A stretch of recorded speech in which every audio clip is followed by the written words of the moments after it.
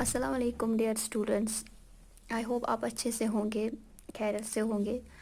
तो आज का जो हमारा टॉपिक है वो वही अकाउंटिंग का जो एक क्वेश्चन मैंने करवाया था आप लोगों को, उसका एक पार्ट मेरा रह गया था तो मैंने उसी पे बनाया है आज का वीडियो।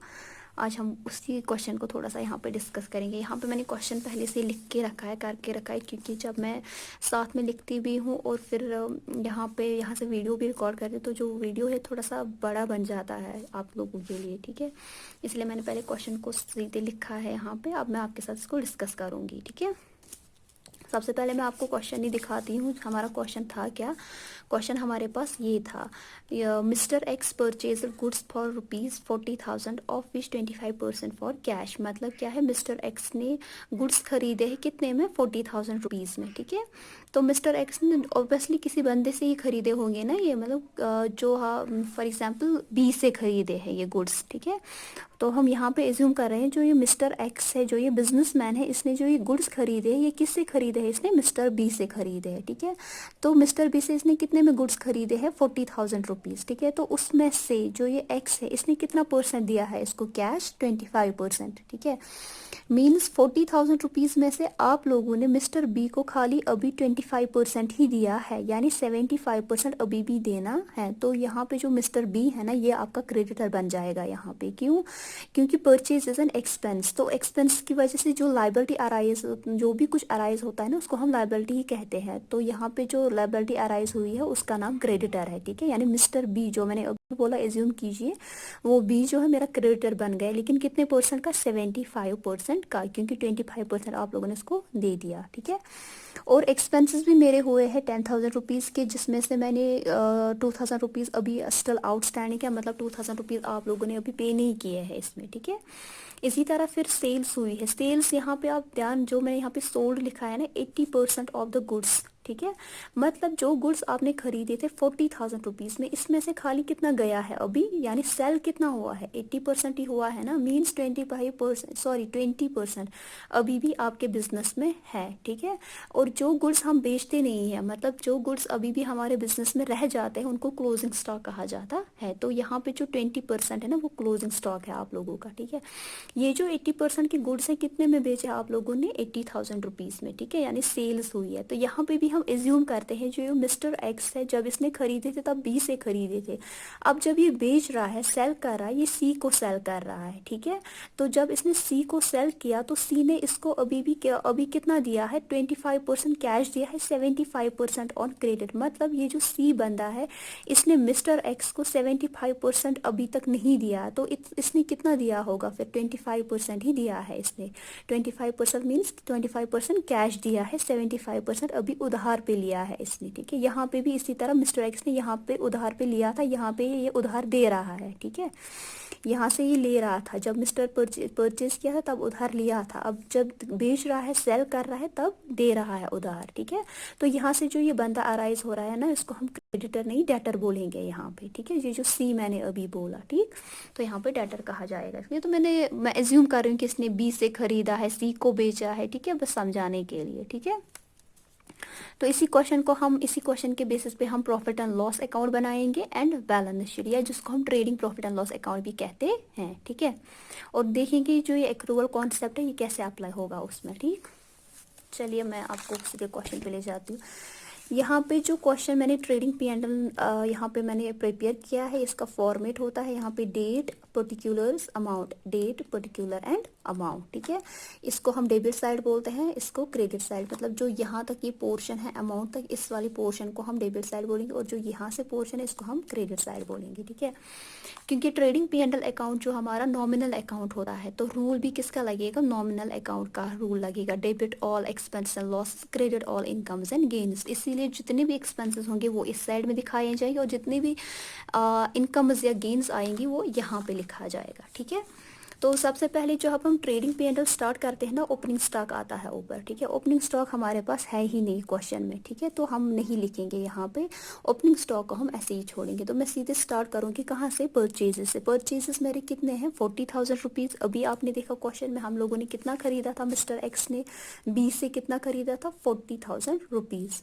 मैं फिर से बोलूँ, यहाँ पे मैं एज्यूम कर रही हूँ बी, अदरवाइज क्वेश्चन में कहीं पे नहीं लिखा इसने बी से खरीदा है, ठीक है। तो मान लो मेरा जो परचेजेस परचेजेस है कितना है 40,000 रुपीज़, तो परचेजेस कितने आएंगे 40,000 रुपीज़, ठीक है। फिर हम यहाँ से चले जाएंगे, सेल्स मेरी कितनी है 80,000 रुपीज़। अभी आपने देखा इसने जब सेल किया था यहाँ पे 80% ऑफ गुड्स कितने में बेचे थे 80,000 में, तो यहाँ पे मेरी सेल्स कितनी है 80,000 रुपीज़, ठीक है। डेट में मैं कुछ नहीं लिख रही हूँ क्योंकि डेट मुझे देख के नहीं है, अगर होती तो मैं इनके साथ अपनी अपनी डेट लिखती, ठीक है। तो मैंने आपको बोला था ये जो 40,000 रुपीज़ है इसमें से आप लोगों ने कितना बेचा है 80%, मतलब 20% अभी भी आपके पास है ना। तो आप जब आप कैलकुलेट करोगे ना 40,000 पे 20% आपका क्लोजिंग स्टॉक आएगा, एंड क्लोजिंग स्टॉक हमेशा क्रेडिट साइड में ही दिखाया जाता है। तो जब आप इस पे 40,000 पे 20% कैलकुलेट करोगे ना तो 8,000 रुपीज़ आपका आएगा क्लोजिंग स्टॉक।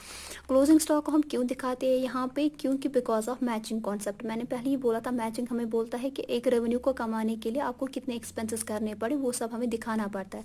तो मैंने पहले यहाँ पे बोला ना हम ओपनिंग स्टॉक से स्टार्ट करते हैं, यहाँ पे तो फिलहाल नहीं है, उस ओपनिंग स्टॉक की वजह से हमारा क्लोजिंग स्टॉक यहाँ पे आता है, ठीक है। तो क्लोजिंग स्टॉक हमारा यहाँ पे आया 8,000 rupees because of matching concept, ठीक है। उसके बाद एक एक्सपेंसेस हमें दिया गया था, एक्सपेंसेस मैंने यहाँ पे लिखा है, मैंने इसकी थोड़ी कैलकुलेशन की है। यहाँ पे क्या है, आप सीधे ऐसे फॉर एग्जांपल आपने एक्सपेंसेस लिखा और लिख दिया यहाँ पे 10,000, ऐसा आप नहीं कर सकते, आपको ये कैलकुलेशन दिखानी ज़रूरी है, ठीक है। क्योंकि यहीं पे आपका एक्रूअल कॉन्सेप्ट अप्लाई हो रहा है। Record costs on incurred basis, यहाँ पे आपके इनकर कितने हुए थे 10,000 रुपीज़ आपका एक्सपेंस हुआ था, लेकिन आपने पे कितना किया है 80,000 रुपीज़ पे किया है ना। जैसे क्वेश्चन में इन लोगों ने बोला है कि अभी 2,000 स्टिल आउटस्टैंडिंग है, अगर स्टिल अब आउटस्टैंडिंग है मतलब अभी तक पे नहीं किया है, तो 10,000 में आप लोगों ने फिर पे कितना किया होगा 8,000 रुपीज़ ही पे हुआ है ना। तो ऐड करेंगे ये 2,000 रुपीज़, तो आपका यहाँ पे 10,000 बराबर यहाँ पे शो होगा, ठीक है।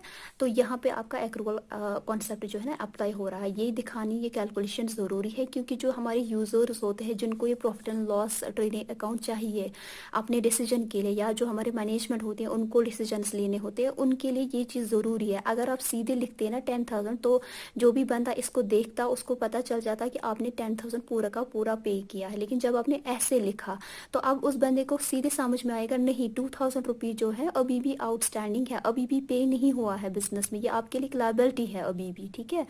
तो यहाँ पे तो एक छोटा सा अमाउंट है, लेकिन इससे बड़े बड़े मतलब बहुत सारे अमाउंट बड़े बड़े अमाउंट्स भी होते हैं जो हमारे पास आउटस्टैंडिंग रहते हैं, और जो जिनकी वजह से हमारा जो बिजनेस है अफेक्ट हो सकता है अगर हम उनको नहीं लिखेंगे। इसीलिए ये कैलकुलेशन दिखानी ज़रूरी है यहाँ पे। आप चाहे तो यहाँ पे भी दिखा सकते हो ये वाली कैलकुलेशन, या आप एक वर्किंग नोट में लिख सकते हो, फिर सीधे उसका अमाउंट यहाँ पे लिख सकते हो, ठीक है। तो लास्ट में बस यही 4 चीज़ें हैं जो प्रॉफिट एंड लॉस अकाउंट में आएगी एज पर द क्वेश्चन, जो हमारा क्वेश्चन है उस हिसाब से यही 4 चीज़ें आएगी, कि कुछ और है ही नहीं अभी इसमें, ठीक है। तो जब मैंने इन दोनों को ऐड किया 88,000 आया है मुझे यहाँ पे, तो मैंने 40,000 प्लस माइनस 10,000 इसको माइनस किया, तो मेरा प्रॉफिट आ रहा है 38,000, ठीक है। यानी 88,000 को मैंने क्या क्या माइनस किया, ₹40,000 ₹10,000, तो मुझे कितना आ रहा है 38,000। यहाँ पे मैंने अमाउंट लिखा है, अमाउंट के ऊपर मैंने सीधे रुपीज़ लिखा है, ठीक है। ये चीज़ भी लिखना बहुत ज़रूरी होता है, क्योंकि हर एक करेंसी कंट्री जो होती है ना उसकी करेंसी अलग होती है, तो हमें ऊपर लिखना होता है आप किस करेंसी में इसको मेजर कर रहे हो, या आपको यहाँ पे सीधे इसके साथ रुपीज़ हर एक जगह लिखना पड़ेगा, ठीक है। तो मैंने ऊपर लिख दिया ना रुपीज़, मतलब ये जो कैलकुलेशन हो रही है ना सीधे सब अब खुद मुझे पता चल जाएगा ये किस में हो रही है, रुपीज़ में हो रही है, ठीक है। मनी मेजरमेंट कॉन्सेप्ट अगर याद होगा किसी को तो उस बेसिस पे हमें चलना पड़ता है, ठीक है। ये तो हमारा profit and loss account trading P&L account था, ठीक। तो मैंने बोला इसी बेसिस पे हम क्या बनाते हैं फिर बैलेंस शीट, ठीक है। तो यहाँ पे मैंने बैलेंस शीट आपका प्रिपेयर किया है।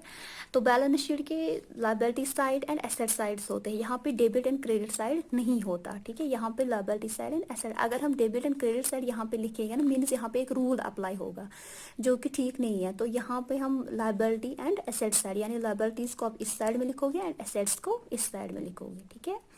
तो सबसे पहले यहाँ पे लायबिलिटी साइड में सबसे ऊपर आता है हमारा कैपिटल, जो कि अभी दे के नहीं है या जो मिसिंग है अभी, ठीक है। तो उसी कैपिटल में हम क्या करते हैं, इस प्रॉफिट को ऐड करते हैं, वही अमाउंट लिखा जाता है इस आउटर कॉलम में। लेकिन यहाँ पे मैंने जो ये प्रॉफिट यहाँ पे निकला था मैंने सीधे यही लिख दिया अभी, क्योंकि मैं आपको बस इतना शौक दिखाना चाहती थी कि इस क्वेश्चन के बेसिस पे आप क्या क्या आइटम जो है बैलेंस शीट में दिखा सकते हो। तो यहाँ पे सबसे पहले प्रॉफिट आएगा, क्रेडिटर आएगा, क्रेडिटर कहाँ से आए, ये आपके इस परचेज़ की वजह से बना, जो आपने 40,000 खरीदे थे उसमें से खाली कितना पे किया है, 25%, तो 75% पे करना है ना अभी, तो वो पे जो करना है वो आपका क्या बन जाएगा, क्रेडिटर। ठीक है, तो आउटस्टैंडिंग एक्सपेंसेस मैंने अभी बोला आप लोगों को, ये आपके लिए क्या बन जाती है, लायबिलिटी बन जाती है। तो लायबिलिटी बन जाती है तो बैलेंस शीट में आएगी ही फिर। ठीक है, तो यहाँ पे भी आ गया। ठीक, इसी तरह मैंने बोला डेटर, डेटर कहाँ से अराइज हुआ, आपकी सेल्स की वजह से अराइज हुआ, क्योंकि सेल्स आपकी कितनी थी 80,000, लेकिन इसमें से 75% क्रेडिट पे गया है, मतलब अभी 75% आपने लिया ही नहीं है।